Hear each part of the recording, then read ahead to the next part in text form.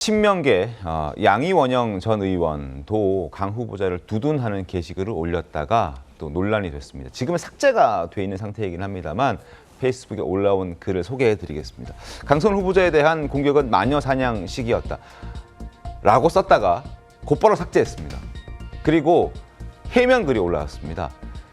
자신에 대한 어떤 갑질 의혹도 곧 폭로될 거라는 그 보좌관들의 익명 커뮤니티에서 글들이 와글와글 올라오자 해명글을 급하게 올린 겁니다. 자신이 스스로 21대 의원실 중 저희 방이 갑질 원톱방이라는 그런 말을 듣는 것에 대해서 미안한 마음을 갖습니다 라고 미리 사과를 하는 거거든요. 임재 변호사님, 일단 그걸 인정하는 메시지라고 봐야 될까요? 어떻습니까? 그러니까 일단 처음에 이 글을 올렸을 때 성급했다는 부분에 대한 인정도 했던 것 같습니다. 인사청문회 과정에 있었고 어쨌든 보좌관들이 이런 문제점을 지적하고 있다면 사실관계도 파악을 해야 될 것이고 중립적으로 바라봐야 되는데 마녀 사냥식 비판이다라는 표현 자체예요. 이것이 근거 없는 이야기다라는 것이 포함되어 있거든요. 네. 그렇다면 실질적으로 피해를 봤다고 주장하는 사람이 있는데 피해자 측의 입장을 전혀 고려하지 않은 대응이었다고 보입니다. 즉시 삭제를 하고 다시 해명글을 올렸는데 어찌 보자면 이제 본인도 이런 문제되는 행동이 했다는 점을 스스로 밝힌 상황이 되어버렸어요. 뭐 갑질 원탑방으로 불리는 것에 대해서 이제 미안한 마음을 표한다. 이런 또 이제 해명글을 남겼는데 해명이라기보다는 어찌 보자면 본인도 이런 일을 했다. 사실 이런 일들이 흔하게 벌어질 수 있는 일이다. 별일 아니다. 라는 취지로도 해석이 될 수 있어 보이거든요. 여러모로 좀 아쉬움이 남는 글들이 아니었나 싶습니다. 네. 자, 민주당 의원들이 이렇게 적극적으로 엄호 발언을 하자 국회 보좌진들의 익명 게시판에 여의도 대나무 숲이라고 잘들 이제 알고 계시죠? 글들이 많이 올라왔습니다.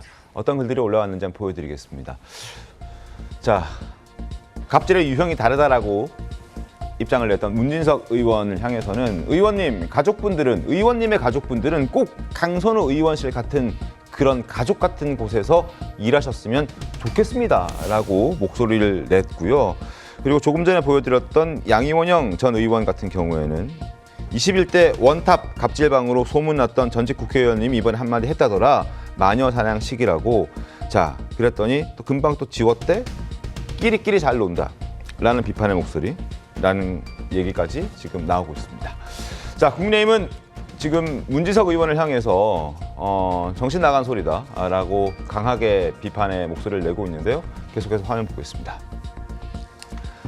한동훈 전 대표, 보좌진을 통합 진보당식 생활비서로 보는 것이다. 그리고 주진우 의원도 강 후보자도 보좌진 쓰레기 버려주고 변기 수리해줬다면 그건 인정해주겠다라는 얘기까지 지금 나오고 있습니다.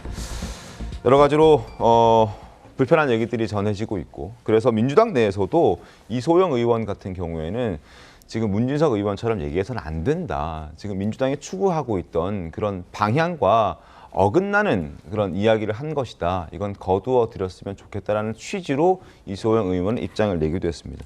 그러니까 여당 내에서도 지금 지나치게 강선우 후보자를 감싸는 것에 대해서, 그리고 감싸는 과정에서 나오는 어떤 주장들이 좀 국민적 정서와 다르게 흘러가고 국민 주권 정부라고 지금 이재명 대통령이 자신의 어떤 정부를 이렇게 설명하는 단어를 쓰는데 국민 주권이라고, 과연 이게 국민 주권 정부에 맞는 것인가라는 지적도 함께 나오고 있는 그런 상황입니다.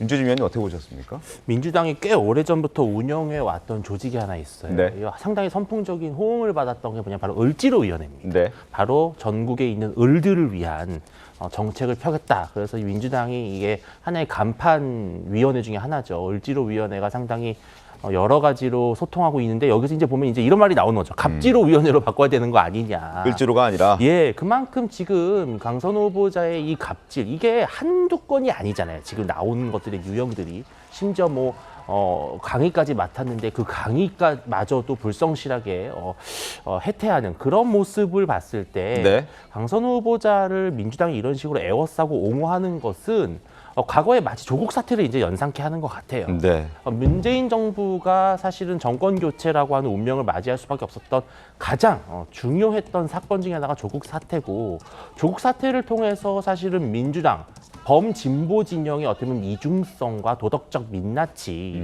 드러나면서 국민들의 실망이 커졌거든요. 이게 지금 이재명 정부에서 너무 빨리 와도 한참 빨리 왔다 이런 생각이 드는 네, 거죠. 강선호 후보자는 결자해줘야 되는데 저는 이런 생각도 들어요. 그러니까 이재명 대통령이 임명을 강행하는 모습 보이고 동료 의원들이 이 정도까지 옹호를 했다면 네. 이제 강선호 후보자는 민주당 내에서만큼은 나름대로 명예회복을 했다.